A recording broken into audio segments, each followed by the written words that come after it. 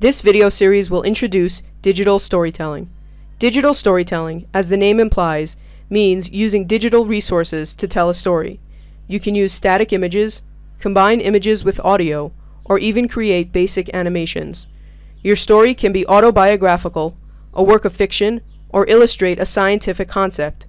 While technically typing a story in Word makes it digital, digital storytelling is usually a visual form of storytelling and generally combines multiple forms of media, not just text.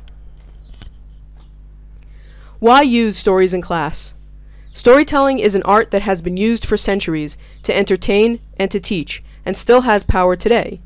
In fact, formal education is a relatively recent phenomenon.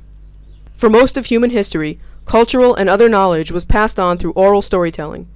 Stories give context to individual experiences and enhance comprehension. Context is incredibly helpful for learning. People tend to be poor at remembering information received out of context or before they're able to apply it to a real situation. Additionally, narrative provides opportunities for reflection, evaluation, and inquiry.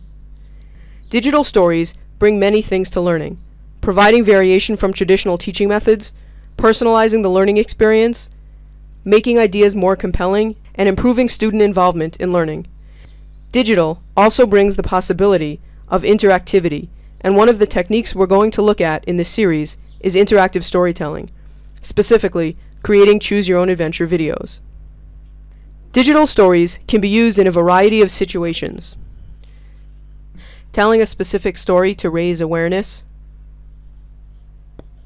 using a narrative to illustrate a scientific concept, putting yourself into the story,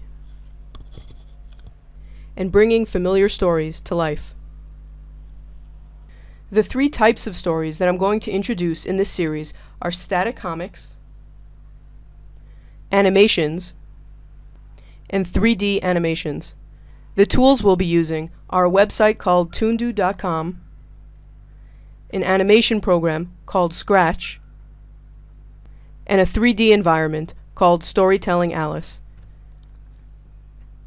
The other program I encourage students to use is Word to help them outline and organize their stories, but this is really optional. Some other optional programs are Paint.net, a free graphics editor, and Audacity, a free audio editor. You'll notice that all the tools in this series are free. This makes it easy for nearly anyone to implement a digital storytelling unit in their classroom, although most of the software does have to be downloaded and installed, so you may need to talk to someone about the permissions and passwords that you'll need in order to do that. Toondoo is web-based, so there's no installation required, as is YouTube, obviously, so you can upload the videos anywhere. You can take a look at the companion website for this series, teachdigitalstorytelling.yolasite.com, for links to all the software that we'll be using, as well as some tips on teaching students about copyright issues. In the next video, I'll show you some examples of comic stories and walk you through the process of creating them using Toondoo.